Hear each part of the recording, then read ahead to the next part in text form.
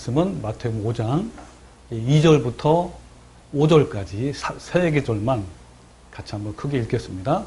자, 시작. 입을 열어 가르쳐 이르시되 심령이 가난한 자는 복이 있나니 천국이 그들의 것이며 애통하는 자는 복이 있나니 그들이 위로를 받을 것이며 온유한 자는 복이 있나니 그들이 땅을 기업으로 받을 것이며. 아멘. 자, 오늘 벌써 몇 번째 팔복이죠? 세 번째예요. 세 번째. 그래서 팔복이 무엇이 바로 행복인지, 그 심령이 가난한 자와 애통하는 자의 복이 무엇인지 우리가 세 번에 걸쳐서 알아봤습니다. 복은 헬라어로 마카리오스인데 그 의미는 어떤 의미라 그랬죠? 그렇죠. 예. 우리 믿는 자들이 하나님의 호의가 뭐죠? 긍휼과 자비와 은혜를, 사랑을 받을 수 있는 그런 마음 상태를 말하는 거예요. 그러니까 팔복은 어떤 걸 말합니까? 그 호의를 받을 수 있도록 우리를 만들어주는 역할을 하는 거죠. 예. 그래서 첫 번째가 뭡니까? 심령이 가난한 자가 되면 바로 하나님의 은혜와 자비와 사랑을 받을 수 있는 마음의 상태가 된다는 거예요. 그리고 8가지가 또 더 있습니다. 합쳐서. 그 복을 받는데 그 복을 한마디로 말하면 영생의 복이라는 거예요. 다른 복이 아닙니다. 영생의 복입니다. 그러므로 팔복은 영생이냐 영원한 멸망이냐의 문제예요. 이런 관점으로 여러분 팔복을 봐야 되고 산상보훈을 봐야 되고 성경을 봐야 돼요. 그러지 않으면 제대로 주님의 진리를 발견하지 못합니다. 그리고 모든 성경을 여는 열쇠는 바로 산상보훈이고 산상보훈을 여는 열쇠는 팔복이고 팔복을 여는 열쇠는 마음이 가난한 겁니다. 그래서 이 마음이 가난함이 너무 중요한 거예요. 마음이 가난해야 애통할 수 있는 거죠. 계단같이 되어 있습니다.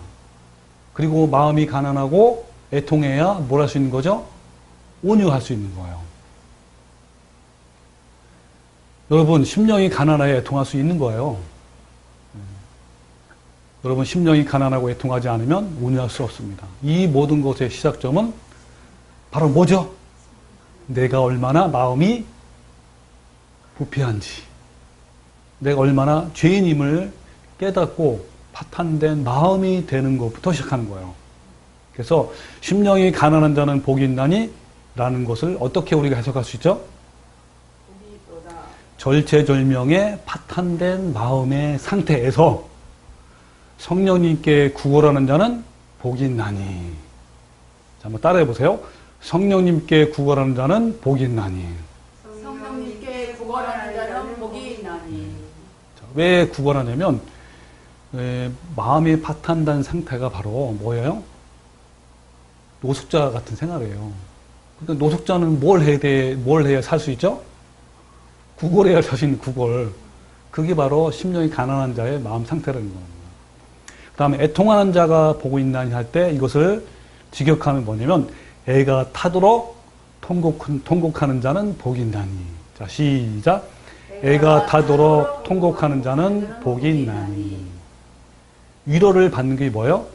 하나님의 나라를, 하나님의 천국을 유업으로, 상속으로 받을 것이요 라는 의미를 말합니다.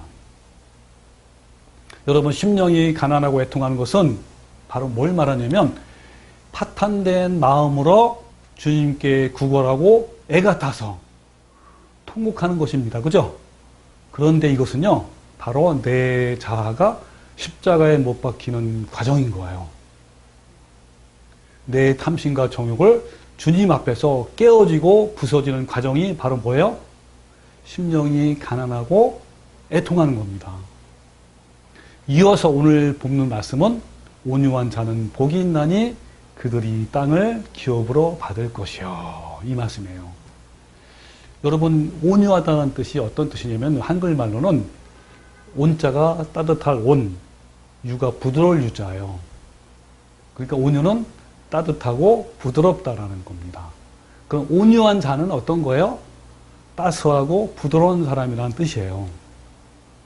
우리 한글에는 영어로는 뭘로 나냐면 이 온유하다는 것을 meek, 온순한, 온화한, 또 나약한, 또는 다른 성경에는 gentle.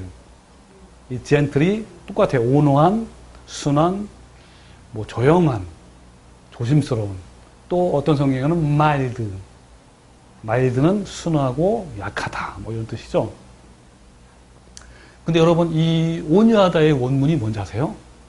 우리 한글 성경이나 영어 성경에는 그런 뜻이지만 여러분 헬라어로는 뭐냐면 원문에는 프라우스예요. 한번 따라해보세요. 프라우스. 이 프라우스는 한글이나 영어 성경과 굉장히 달라 의미가. 요거의 명사형이 뭔지 아세요? 프라우스의 명사형이 프라우텍스예요. 어디서 나오죠 여러분? 많이 들어봤죠? 갈라디아서 5장에 나오는 성령의 9가지 열매 중에 뭐가 있죠? 온유. 온유 똑같은 거예요. 그러니까 이 영어 여러분 이 9가지 성령의 열매 중에 온유는 명사형이고 그리고 여기에 나오는 팔복에서는 온유하다, 온유한 형용사죠. 프라우스예요. 같은 거예요, 같은 거. 근데 고전에도 나오죠. 고전 13장에 사랑의 15가지 중에 온유하다는 말 나오죠. 그건 달라요. 그거는 크레오스투마이. 뭐 쉽게 말하면 친절하고 진짜 부드러운 걸 말해요. 그렇지만 여러분 이 팔복과 성령의 9가지 열매 중에 하나는 온유는 같은 건데요. 이것은 프라우스. 어떤 뜻이냐면요. 여러분 일단 이 프라우스는요. 한글 성경에서 온유라는 단어로 번역하는 것은 원래 의미가 안 맞습니다. 또 영어 성경에서도 온유가 부드럽고 뭐 따뜻하고 순하고 때로는 나약하기까지 하는 이 상태로 표현되어 있는데 이것도 원문과 맞지가 않아요.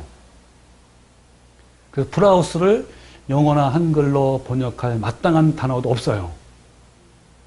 그러면 프라우스가 어떤 상태인지 잘 이해할 수 있는 비유가 있어요. 그게 뭐냐면 우리가 전에 배웠던 거예요.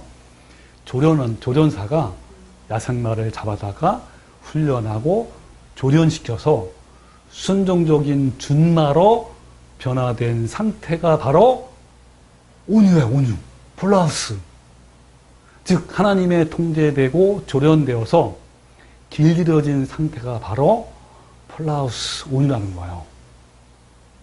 예, 여러분 이 의미를 알아야 됩니다. 그러면 온유한 자는 복이 있나니를 의역하면 뭐죠? 하나님께 통제되어 길들여진 자는 복이 있나니. 시작. 하나님께 통제되어 길들여진 자는 복이 있나니. 이런 뜻이에요.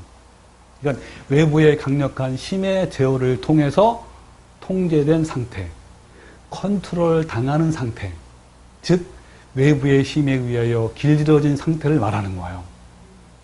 그러니까 팔복의 온유는요, 태생적인 온유함도 아니에요.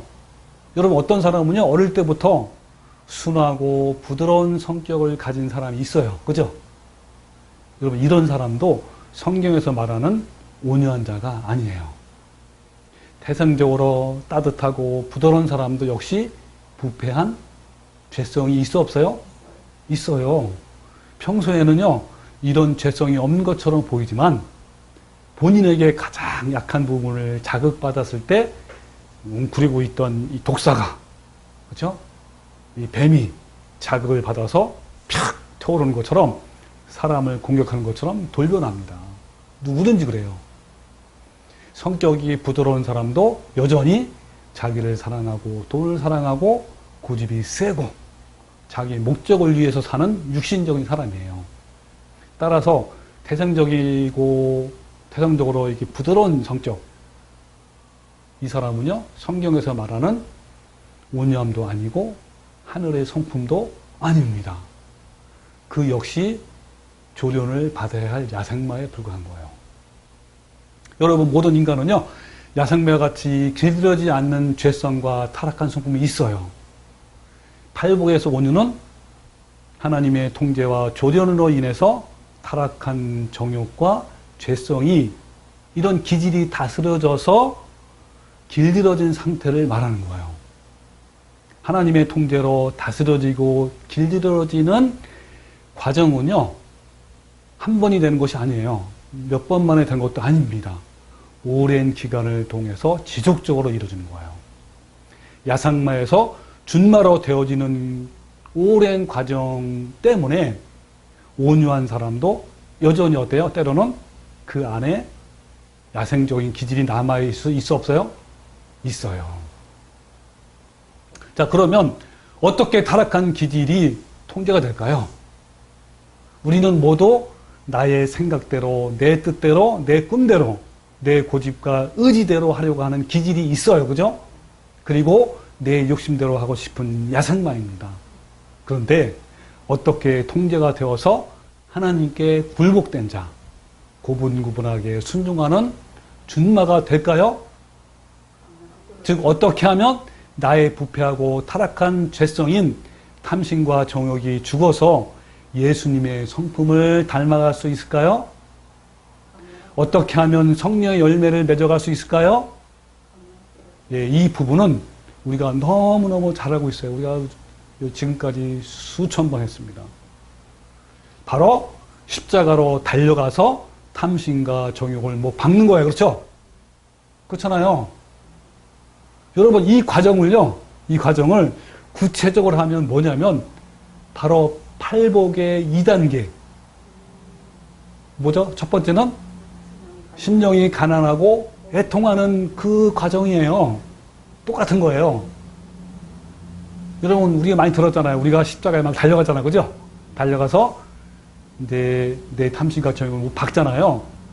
그 과정이 더 자세하게 구체적으로 말하면 뭐라고요? 심령이 가난하고 애통하는 거예요. 그러면 성령 열매가, 또 성령 열매 중에 온유가 저절로 맺히는 거예요.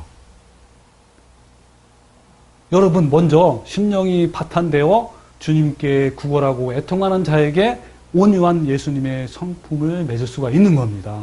그러기 위해서 가장 중요한 것이 뭐예요? 자기가 타락한 죄성을 갖고 있음을 알아는 것이 너무너무 중요한 거예요. 이거는 내가 여러 번 얘기했죠.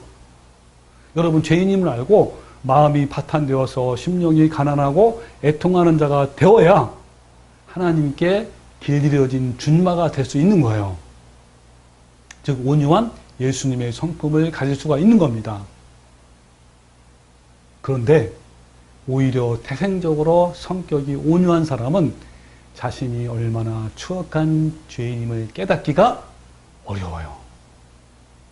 그러니까 파탄된 마음이 되게 어렵고 천국 가기 어려운 거죠.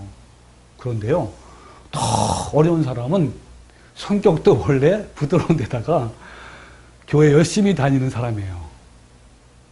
예? 그리고 특히 사역자들, 뭐 목사나 전도사나 장로나 뭐 선교사 등 뭐 이런 분들이 더 어려운 거예요. 그래서 예수님께서도요, 종교 생활을 잘하는 바리새인들에게 너네보다 세리나 창기들이 천국에 먼저 들어간다고 그랬어요. 왜 그랬을까요? 왜 그렇죠? 맞아요. 세리와 창기들은요, 자신들이 추악한 죄인임을 더 잘 알 수가 있기 때문인 거예요. 여러분, 지난번 설교에도 여러 번 나누었지만 다시 한번 제가 질문해 볼게요. 자, 여기 두 사람이 있어요. 한 사람은 하나님을 위하여 일주일에 2번 금식하고 구제도 하고요, 성경 연구도 하고 막 가르치는 바리새인이 있어요. 또 한 사람은 말 그대로 모든 사람이 죄인이라고 손가락질 당하는 창기와 세리가 있어요. 누가 더 큰 죄인이죠? 예? 누가 더 큰 죄인입니까? 사람은 외모로 판단해요. 그죠? 근데 하나님은 중심을 보시고 은밀한 것까지 아시는 분이 하나님이세요. 겉으로는 아주 거룩한 척.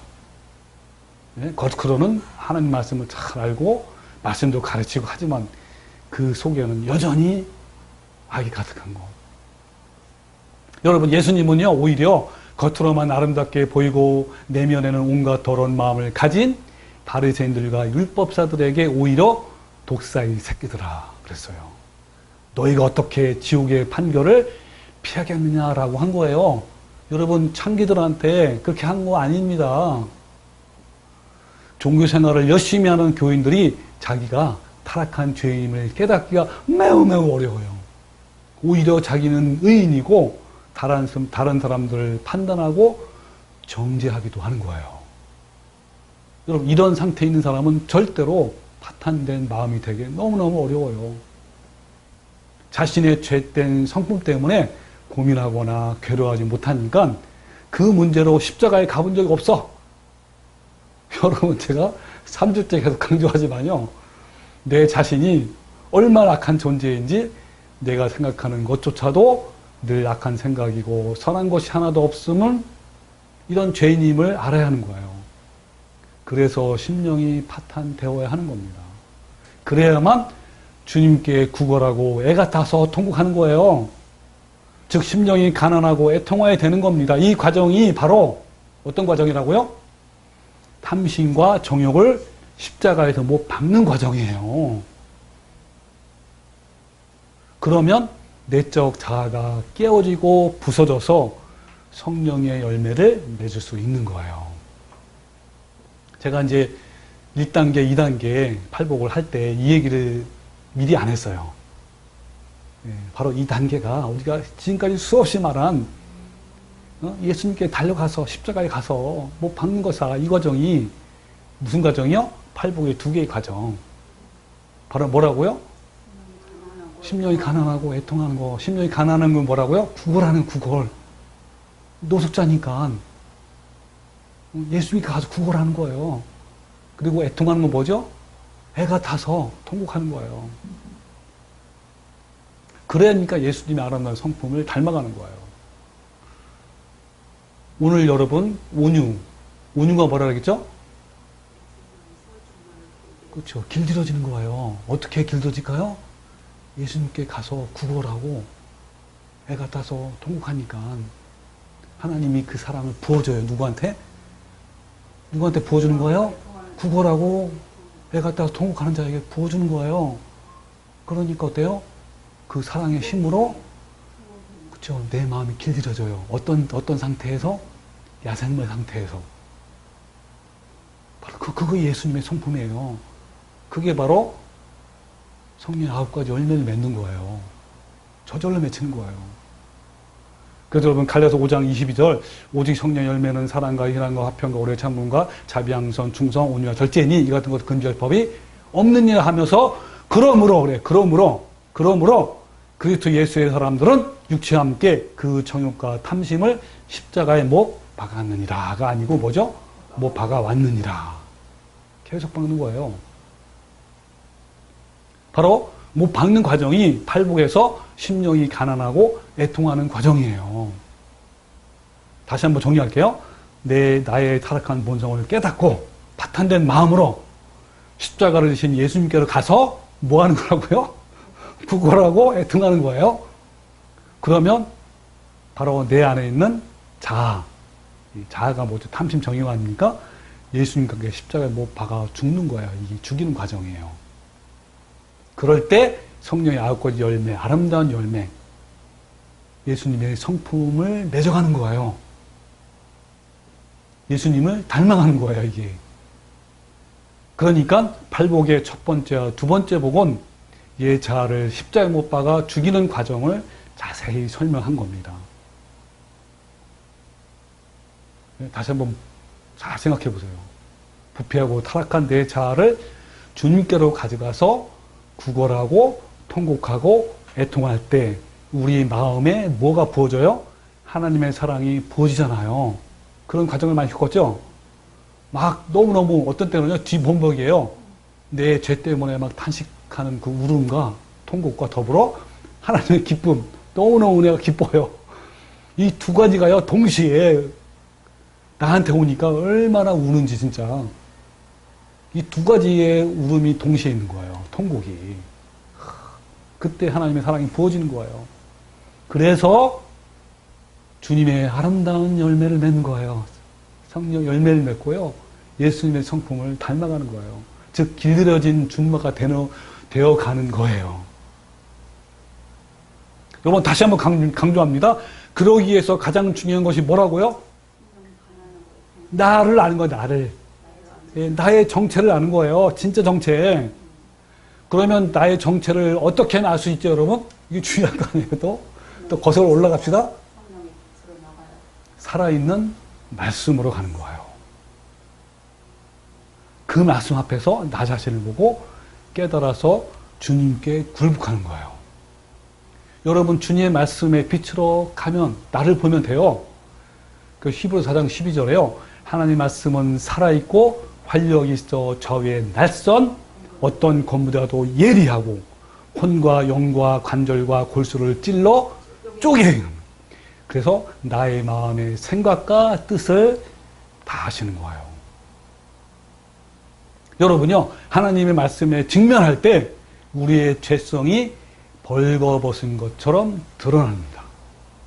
모든 숨긴 죄가 낱낱이 드러나는 거예요. 그래서 누가복음 12장 2절에 감추인 것이 드러나지 않을 것이 없고 숨은 것이 알려지지 않을 것이 없나니 그랬습니다. 사실 이 말씀은요, 예수님께서 심판하신 그날에 악인들의 모든 추한 것들, 악한 것들, 생각, 모든 거요. 그리고 어둠 속에 은밀히 행한 모든 것들, 거짓말들, 이런 것들이 다 드러나는 날이 바로 마지막 심판대예요. 근데 그 심판 전에 우리는요, 지금 말씀 앞에 날마다 나의 마음을 주님의 빛으로 비추면요, 우리 안에 있는 이 부패한 죄성을 볼 수가 있어요. 여러분, 그러니까 이 말씀이 중요한 거죠, 그죠? 여러분, 사도 바울을 보십시오.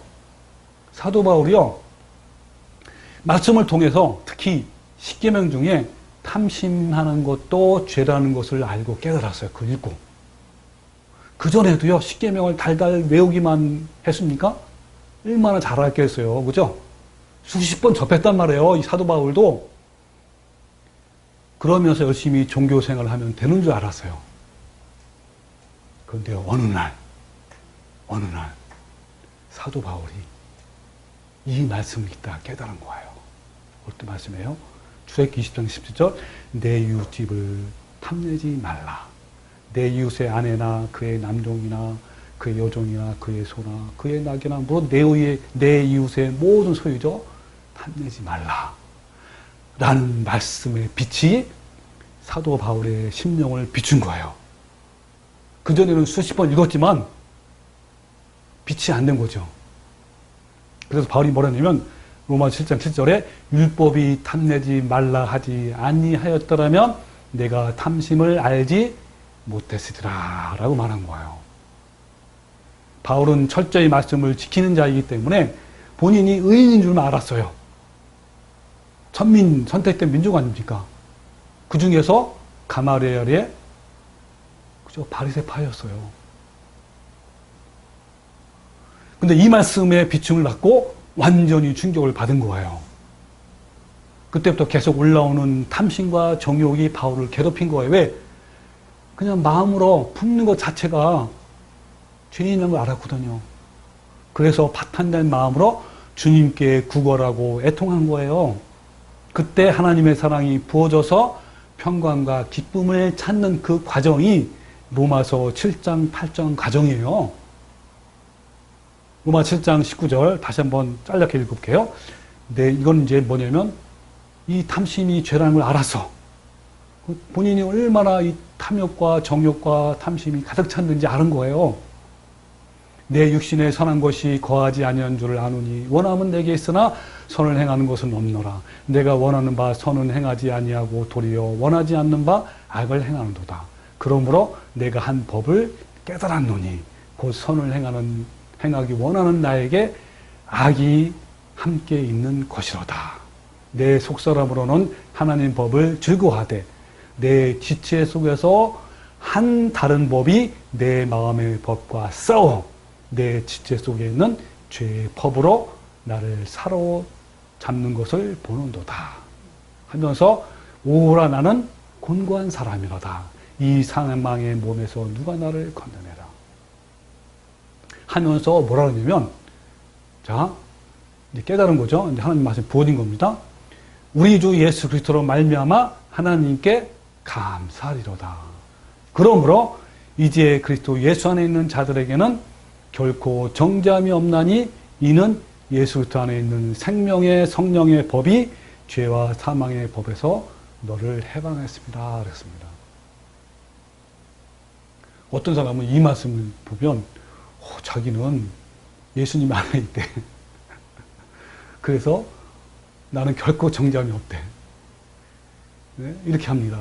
그 뭐냐면 나는 죄사함을 받고 구원을 받았으니 예수님 안에 있다고 주장하는 거예요.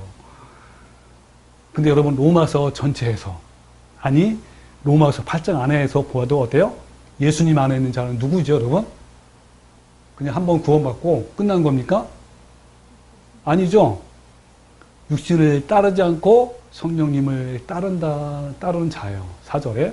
또 13절에는 성령님으로 몸의 행실을 죽이는 자가 예수님 안에 있는 거예요.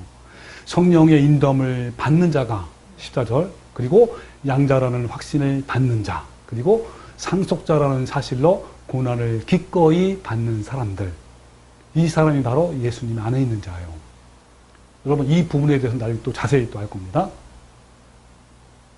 여러분 사도 바울이요. 말씀을 읽다가 어느 날 깨달은 거예요. 그 전에는요. 왜 못 깨달았죠? 자기가 의인인 줄. 너무나 의인이죠. 얼마나 열심히 했습니까? 하나님께 열심히 가장 최고가 사도 바울이에요. 그러니까 못 발견한 거예요. 어느 날 발견한 거예요. 오라 나는 곤고한 자로다. 누가 나를 이 사망의 몸에서 건져줄까? 아, 어찌하면 좋을꼬 하면서 주님 앞에 엎드리고 구걸하고 애통한 거예요. 그러니까 하나님의 사랑이 사도 바울의 마음에 부어졌어요. 그래서 겸손해지고 온유해진 겁니다. 사도 바울도요. 그래서 주님의 성품을 닮아간 거예요. 여러분 이때 하나님께만 전적으로 의지하게 되면서 하나님의 통제를 받게 되는 거예요. 하나님께 길들여진 온유의 성품은요. 내가 부패한 죄인임을 알고 십자가에서 상하고 통회하는 마음으로 나갈 때 그때 이런 열매가 맺히는 겁니다. 그런데 문제는 어때요? 성경에 인간이 부패한 죄인임을 수없이 말씀하고 있어요. 근데 그 말씀을 접할 때 자신한테 적용시키지 않고 그냥 넘어가요. 왜 그럴까요? 그쵸. 자신의 의가 많기 때문에 그런 거예요. 그 의가 나의 실체를 가리기 때문에 자신을 향해서 지적하는 모든 말씀을 놓치는 겁니다. 바울도 그런 거 아니에요.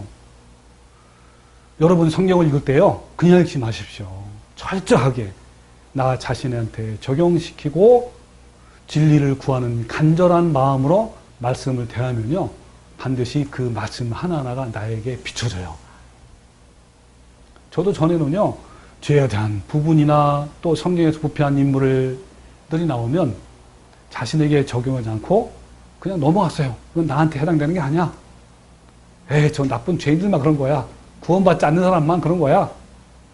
여러분 출애굽기 민수기 읽으면요.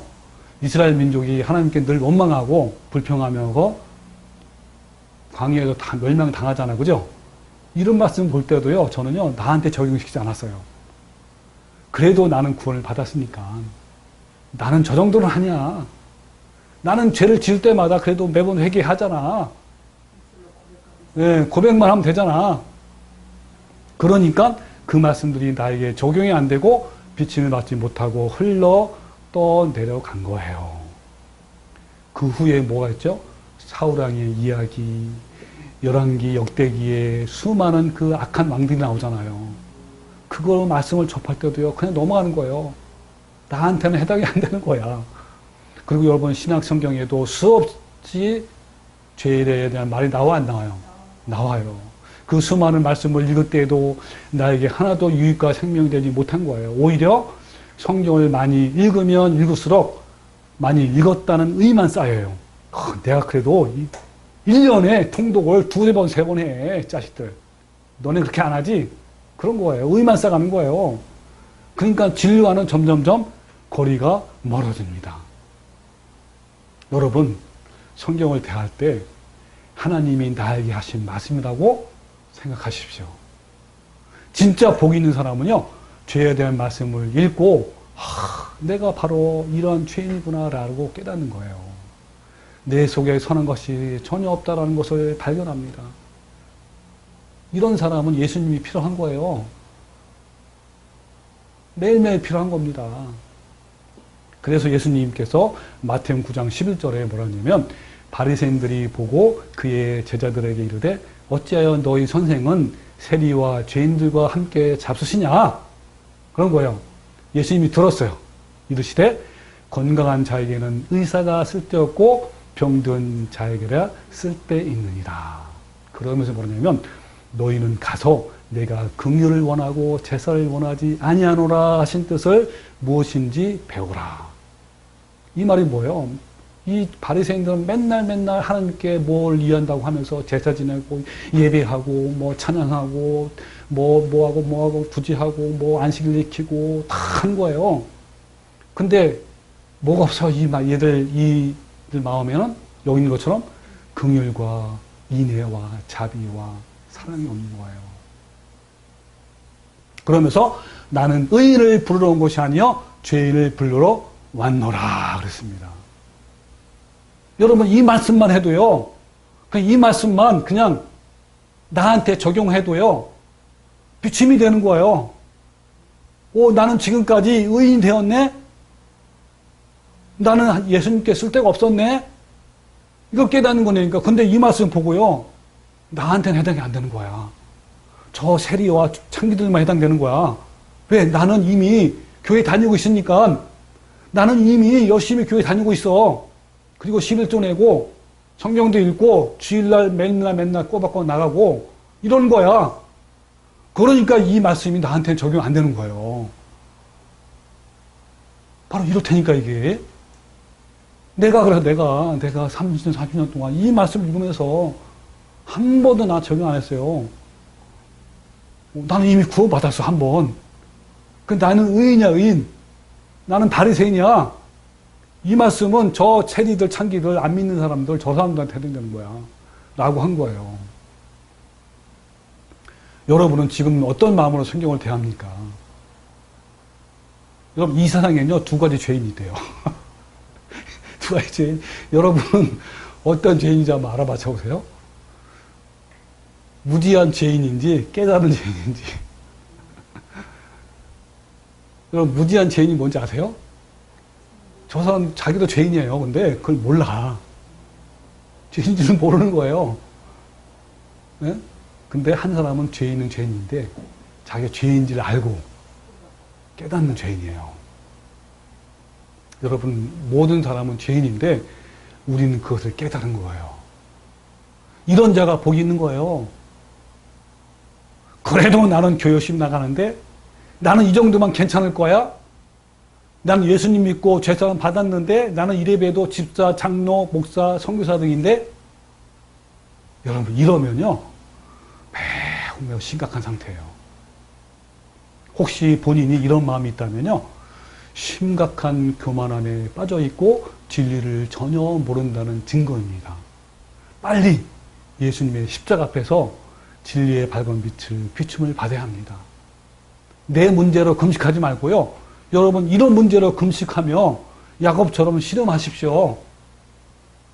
예, 맨날 경제가 어렵다 해가지고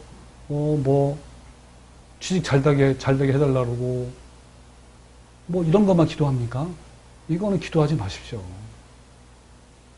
여러분, 금식 왜 합니까? 어떤 사람 누가 질병 때문에 금식하고 어떤 때문에 다 금식, 다 자기 문제야. 여러분, 그 문제는 다 해결돼요.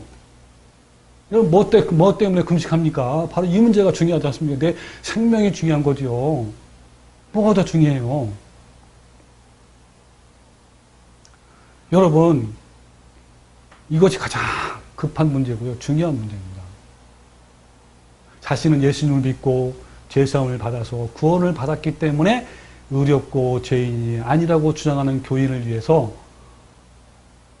여러분, 제가 많이 설교해왔죠, 그죠? 다시 한 번 더 또 해볼게요. 너무나 중요하기 때문에 이거는요, 여러 번 제가 100번 설교해도 부족함이 없어요. 모자람이 없어요, 진짜. 여러분, 투사의 붉은 깃발 아닙니까, 비유? 이 타락한 본성을 가진 인간은요, 외부의 자극을 반응을 잘합니다. 분노를 많이 해요. 이 투사의 깃발이 바로 그런 거예요. 이 미련한 손은요, 투사의 흔드는 붉은 깃발에 자극받아요. 그래서 미쳐 날뛰기 시작하고 붉은 깃발을 향해서 미친 듯이 막 돌진합니다. 그때 이 노련한 투사는 능숙한 솜씨로 6개 정도의 칼과 창이 있어요. 그걸 하나씩 목과 등과 그 심장에다 하나씩 하나씩 박는 거예요. 그러면 그 손은 관중들이 보는 가운데 서서히 죽어가. 똑같아요. 동일하게 마귀는요, 우리의 가장 약한 부분을 자극하고 파멸시킵니다. 여러분, 보통 사람들은요, 어떤 깃발에, 어떤 붉은 깃발에 반응하는지 아세요? 다른 사람들에게 모욕당해요. 수치심을 당합니다. 무시를 당해요. 업신여기고 서운하고 섭섭한 일을 당합니다. 자존심을 막 짓밟을 때가 있어요. 내가 열심히 호의를 베풀었는데 막 몰라져요. 그때 내 속에 웅크르기 있는 이 악한 죄성들이 반응을 하고 시작하는 거예요. 나의 타락한 본성이 자극을 받았기 때문인 거예요. 여러분, 자신의 약한 부분을 건졌을 때 예민하게 반응한다는 것은 아직도 내가 살아있다는 거예요. 내 마음에 타락하고 부패한 죄성이 많다는 거예요. 여러분은 붉은 깃발에 반응하지 않습니까? 여러분은 이러한 붉은 깃발에 반응하는 죄성이 있는지 없는지 묻는 거예요. 여러분 없습니까? 없어요? 여러분은 음욕을 품는 부패한 마음이 없어요? 죄사함을 받았고 구원을 받았기 때문에 타인에게 모욕과 수치심과 무시를 당할 때 내 안에 분노하고 미워하고 증오하는 마음이 없습니까? 증오심이 더 커져서 그 상대방을 죽이고 싶은 충동이 없어요? 네? 없으면 여러분 죄인이 아니에요. 여러분, 우리는요, 모두 죄인이고요. 죄인 중에 괴수예요. 여러분, 사도가 얼마나 괴수입니까? 그래서 매일 예수님이 필요한 거예요. 심령이 가난하고 애통하는 자. 이게 바로 뭐죠? 내 자를 십자가에 못 박는 자 아닙니까? 자신이 서는 것이 하나도 없음을 알고 나를 인정하거나 신뢰하지 않고 항상 하나님의 말씀만 기준이 되는 거예요. 그 말씀에 늘 비침을 받아요. 받게 되면 어떨까요? 우리 마음은. 주님, 저는 아무것도 아닙니다. 부패한 죄덩어리입니다. 주님, 저를 불쌍히 여기주십시오. 주님, 나를 다스려 주세요. 주님, 주님의 성품을 담게 해주세요. 주님의 그 아름다운 성품을 담고 싶습니다. 여러분, 라고 늘 구걸하고 늘 애통하는 거예요. 네? 여러분, 참 행복은요, 마음이 깨어져서 파산된 상태부터 시작하는 거예요. 내가 얼마나 비참하고 악한 존재인 것을 깨닫고 상하고 통회하는 마음으로 주님께 매달리는 거예요. 여러분, 이것이 얼마나 큰 축복인지 아세요? 여러분, 이럴 때 하나님의 부어주시는 그 하나님의 사랑이 얼마나 큰지 여러분 경험해 봤습니까? 그러면요, 아픈 질병도 다 나아요. 진짜예요. 여러분, 아픈 질병 때문에 금식하지 마십시오. 이런 경험을 하면요, 얼마나 행복한지요, 기쁜지요, 평강이 있는지 아픈 병이 싹 낫습니다. 이게 평강이고 이게 바로 복이에요. 여러분, 상대방에게 상처를 받아서 상대방을 미워하고 분노해서 마음이 아프고 괴롭습니까?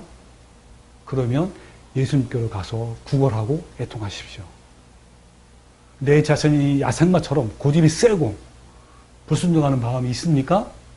그 마음을 가지고 예수님께 가서 구걸하고 애통하십시오. 내 마음은 하나님만 사랑하고 싶은데 자꾸만 세상의 욕심에 끌려 세상에 집착하게 되어서 답답합니까? 그러면 그 문제를 가지고 예수님께 가서 뭐라고요? 구걸하고 애통하십시오. 이때 우리는 온유한 자가 되어 가는 거예요. 우리는 온전한 준마가 아닙니다. 날마다 조금씩 되어가는 중이에요. 조금씩 예수님의 성품을 닮아가는 거예요. 온유한 자는 복이 있나니 그리하면 뭐라고요? 땅을 기업으로 받을 것이요. 어떤 사람은 이 말씀을 가지고 하나님이 우리에게 땅을 많이 주셔서 이 땅에서 땅 부자가 되게. 그게 아니에요. 그런 땅이 아니에요. 영원히 없어지지 않냐는 천국을 주시겠다는 거예요. 천국을 유업으로 받는 거예요. 이것은요, 이스라엘 민족이 제비를 뽑아서 가나안 땅을 기업으로 받은 것처럼 우리도 똑같이 천국을 소유하는 거예요. 영원히요. 여러분, 하나님께 통제되고 길들여진 온유한 사람이 천국의 기업을 받을 것입니다. 내 안에 탐심과 정욕을 그대로 가지고 있는 사람은 결코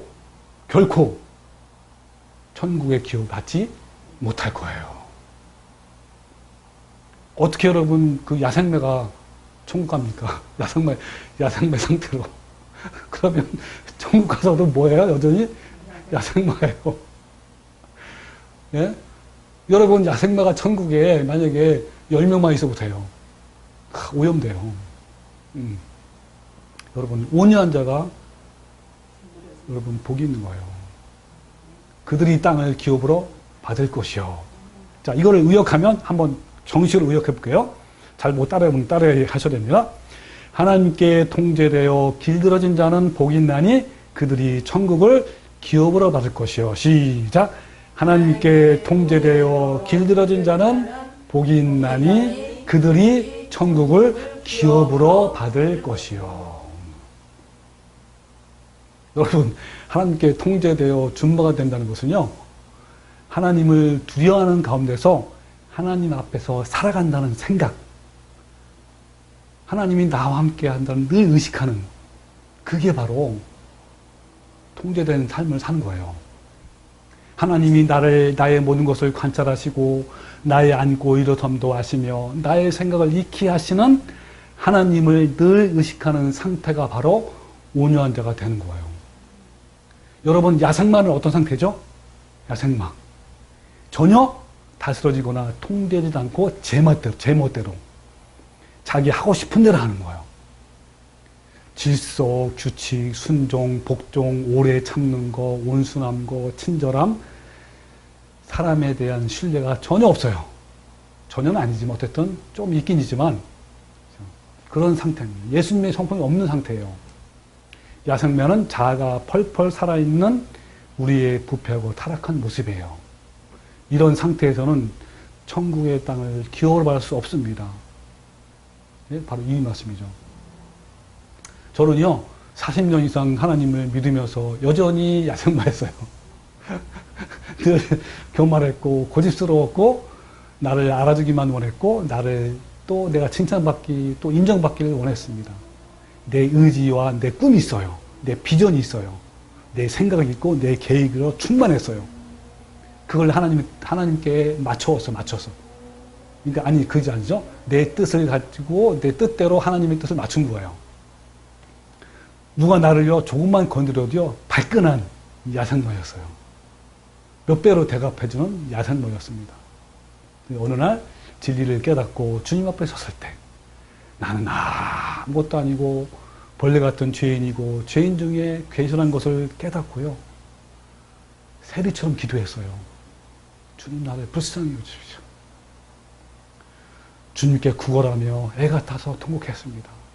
그 후부터 나의 옛 모습이 조금씩 변해서 새 사람으로 변하는 모습을 발견했습니다. 조금씩 준마로 바뀌는 거예요, 내가. 오, 할렐루야, 아멘. 여러분 이와 같이요. 조련사에 의해서 몇 년 동안 교훈을 받으면서 점차적으로 변하는 거예요. 여러분요. 이렇게 조련사에 의해서 길들여진 말은요. 준말은요.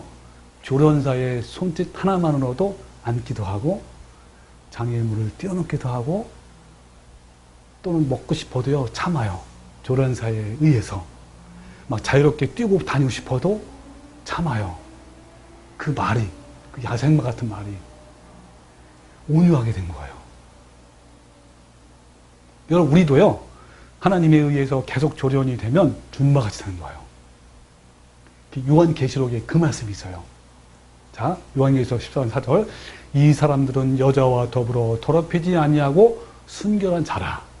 어린 양이 어디로 인도하든지 따라가는 자며. 이 상태가 되는 거예요. 그 입에 거짓말이 없고 흠이 없는 자들이더라. 여러분, 저는요, 준마 같은 사람을 한마디로 표현하면요, 우리 지난번에 봤지만 종의 마음이라고 생각합니다. 여러분, 종의 마음이 어떻죠? 누가복음 10장 10절에 이와 같이 너희도 명령받은 것을 다 행한 후에 이르기를 우리는 무익한 종이다. 우리가 해야 할 일을 한 것뿐이다. 라고 했습니다. 여러분, 좀 더 시간이 갔지만요, 한 가지 더 사례를 보고 마칠게요. 여러분, 모세의 사례를 제가 한번 잠깐 얘기할게요. 여러분, 모세 사례 볼게요. 민수기 12장 1절에 이런 말씀이 있어요. 모세가 구스 여자를 취하였더니 그 구스 여자를 취하였으므로 미리암과 아론이 모세를 비방하니라. 그들이 이르되 여호와께서 모세와만 말씀하셨느냐? 우리와도 말씀하지 아니하셨느냐 하매 여호와께서 이 말을 들으셨더라 하면서 뭐라 하냐면 이 사람 모세는 온유함이 지면의 모든 사람보다 더하더라라는 말씀이 있어요. 여러분, 왜 이 말씀을 하면서 하나님이 이 말씀을 했을까요? 굉장히 여러분 중요한 키포인트가 있어요. 여러분, 이 사람 모세는 온유함이 지면의 모든 사람보다 더하다라는 말씀이 뭔지 아세요? 이 의미는요, 이 세상에서 가장 통제되고 길들여진 사람이다라고 하는 거예요. 왜 이 말씀이 갑자기 나갔을까요? 여러분, 모세의 청년 시절로 돌아가 봅시다. 모세의 나이가 30, 40대에는요, 어땠죠? 그는요, 혈기가 왕성한 사람으로 살기 등등한 야생마였어요. 조금만 마음에 들지 않아도요, 참지 못하고 화를 내고 살인까지 했습니다. 그런데 본문에서 모세는 어떻게 변했는가요? 그리고 어떻게 여러분 길들였죠? 준마처럼? 잘 알고 있죠? 모세는요, 40년 동안이에요. 40년 동안 양치는 목자 일을 하면서 그의 급한 성격과 교만과 세상적인 것과 모든 사고방식을 다 깨어지고 부서지고 하나님께 통제되고 훈련받고 조련을 받은 거예요. 그래서 내 주장, 내 생각, 내 혈기, 내 자만이 충만했는데 다 꺾였습니다. 어떤 상태냐면 나는 무능하고 버러지 같은 죄인입니다. 나는 아무것도 할 수 없습니다. 이렇게 그 정도까지 여러분 조련을 받은 거예요. 그래서 하나님께서 이 말씀을 한 거예요. 뭐를 하시면서 미리암과 아론이 모세를 향해서 공격했잖아요. 반기를 들었잖아요. 이때요. 모세의 온유함이 여지없이 드러난 거예요. 그러니까 이 말씀을 한 겁니다. 여러분, 육신적으로 형제 자매이면서 가장 가깝고 가장 서로 의지하는 미리암과 아론이 아닙니까? 그게 반기던 거예요. 그것도 여자 문제로 시작한 거예요. 여자 문제는 사생활 문제죠, 그죠? 거기서 끝나면 됐는데 어디까지 간 거예요? 모세의 사역, 하나님 주신 권위 아닙니까? 그것까지 들먹이면서 불평하고 공격한 거예요. 그럼 뭐냐? 그들이 이르되 여호와께서 모세와만 말씀하셨느냐? 우리와도 말씀하지 아니하셨느냐? 하면서 공격한 거예요. 여러분, 이때 모세의 반응을 보십시오. 옛날 40년 전에 젊을 때 혈기 왕성한 때라면 당장 어떻게 했을 거예요? 처단했을 거예요. 그러나 모세는 잠잠히 있었고요. 대꾸 다녔어요. 그는요, 하나님을 의식한 거예요. 하나님. 통제됐어요. 하나님을 두려워하는 가운데 통제되고 길들여진 사람으로 변한 거예요. 그래서 이 모든 상황을 본인이 처리하지 않고 하나님께 온전히 맡긴 것이에요. 그러니까 하나님이 이때 개입했잖아, 그죠? 그래서 민수기 10장 4절에 여호와께서 갑자기 모세와 아론과 미리암에게 이르시되 너희 세 사람은 회막으로 나오라 하면서 하나님이 미리암과 아론에게 어떤 벌을 줬죠? 심판을? 나병이 다 걸렸어요. 여러분, 이와 같이요, 모세가 온전히 길들여지고 통제되는 사람이 되기 위해서 몇 년이 필요했다고요? 40년의 광야 학교가 필요한 거예요. 혹시 여러분한테 고난이 오잖아요. 그러면 고난이 오면요, 그냥 받아들이지 마십시오. 그 고난을 통해서 뭘 깨달아야 돼요? 나의 죄성을 깨닫는 거예요. 여러분요, 온유한 성품의 열매를 맺으려면 파탄된 마음으로 주님께 나가서 나의 성품을 바꿔달라고 구걸하며 통곡해야 됩니다. 그러면 조련사에 통제된 줌바가 되는 거예요. 그래서 예수님이 뭐라냐면요, 마태복음 11장 29절 수고하고 무거운 진민자들아 다 내게로 오라. 이게 무슨 말이죠? 죄로 인해서 고통받는 자들아 다 내게로 오라. 죄의 짐이죠. 죄의 무게에 찌들리잖아. 내가 너희를 쉬게 하리라. 그 말이 뭐죠? 내가 너희에게 평강과 마음의 천국만 아니라 내세에도 뭘 준다고요? 천국을 주겠다는 거예요. 나는 마음이 온유하고 겸손하니 나의 멍에를 메고 내게 배우라. 그리하면 너희 마음의 쉼을 얻는다 그랬습니다. 여러분은 죄로 인하여 고통받습니까? 심령이 가난함과 애통함으로 주님께 나가십시오. 이것이 자신은 주님 앞에서 부정하고 부패하고 무능하고 사악한 짐승 같은 존재임을 고백하면서 예수님의 멍에를 메는 거예요. 여러분, 가장 복 있는 사람은요, 나의 약한 본성을 늘 깨닫고 상한 심령으로 통회하면서 예수님께로 나가는 자입니다. 거기서 날마다 옛 자아가 죽는 거예요. 그러면 내 마음에 하나님의 사랑이 한없이 부어져서 아름다운 예수님의 성품이 내 안에서 날마다 맺혀가는 것입니다. 가난한 심령과 애통하는 마음이 있으면 좋고 없으면 그런 식이 아닙니다. 영생이냐 멸망이냐의 문제인 거예요. 여러분, 우리 모두 가난한 심령과 애통하는 마음이 되어서 줌과 같은 예수님의 성품을 맺어서 이 땅에서도 천국을 누리고 내세에도 천국을 소유하는 성도가 되시기를 주님의 이름으로 축원합니다. 아멘.